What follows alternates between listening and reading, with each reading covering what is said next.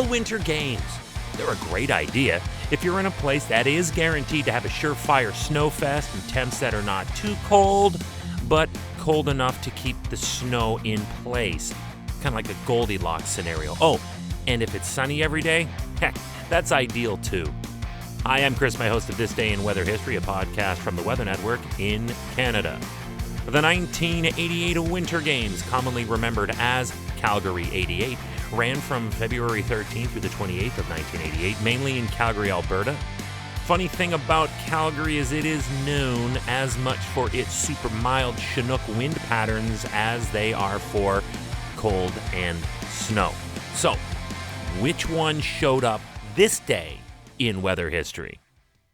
Calgary was selected to be the host city back in 1981, and these games were the first to be held over a whole 2-week period.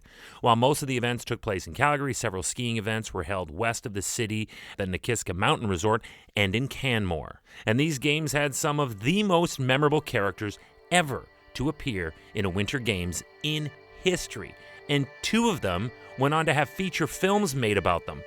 There was the Jamaica bobsled team. Remember John Candy as the manager in the film Cool Runnings? That was based on the Calgary 88 Jamaica bobsled team. They were a runaway favorite because of how improbable their entry was and for just how great of sports they were about everything. So you can imagine that this will cost an awful lot of money to make it happen, and it did. So they sold copies of their official reggae song, Hobbin' and a Bobbin', as well as t-shirts and sweatshirts to try and raise the funds. Jamaica's 4-man team crashed and finished last in Calgary, but oh, what fun they were.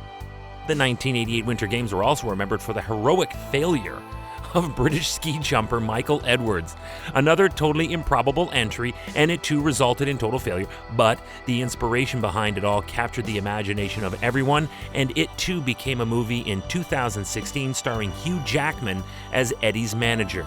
The film was simply called Eddie the Eagle. Ooh, and there was actual royalty participating in 88. All the money in the world and all the time to spend it. Prince Albert II of Monaco competed in bobsled in 5 Winter Games from 1988 to 2002 before becoming ruler of Monaco. To his credit, though, while on site, he refused any royal treatment, opting instead to stay in the athletes' village each time. He must have had a blast. Think of it. He's a prince in a village full of athletes. You do the math. Anyway, he finished 25th in the 2-man bobsleigh event. These games will also be remembered for the warm temperatures. The weather dominated the headlines and headaches throughout much of the 2 weeks of the games. Remember what I said at the beginning? Well, on this occasion, it was indeed a strong chinook that brought daily temperatures soaring as high as 17 degrees Celsius. That's 63 Fahrenheit. You don't need me to tell you that warm a temperature is not what the Winter Games needed as far as its weather. It was a disaster for all outdoor events. I mean, sure, the chinook pattern is normally welcome during the dry cold that can grip Calgary's cold winters, but just for these 2 weeks, it needed to stay away.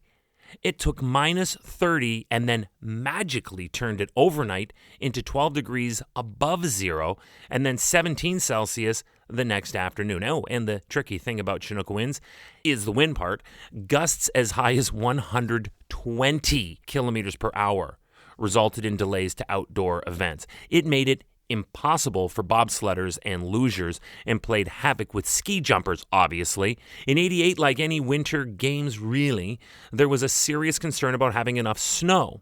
So 17 Celsius and winds blasting down the mountains like a hairdryer was a major story.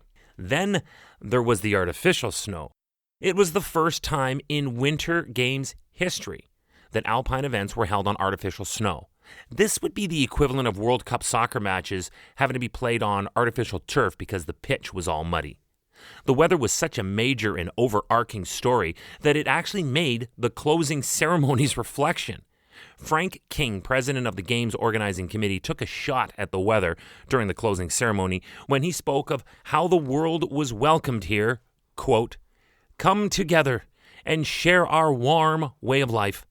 It turned out a lot warmer than we expected. End quote.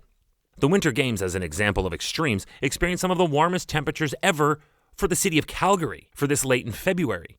Get this, on the 26th, Miami's high was 19.4 degrees Celsius. It was only a shade warmer than Calgary that hit 18.1.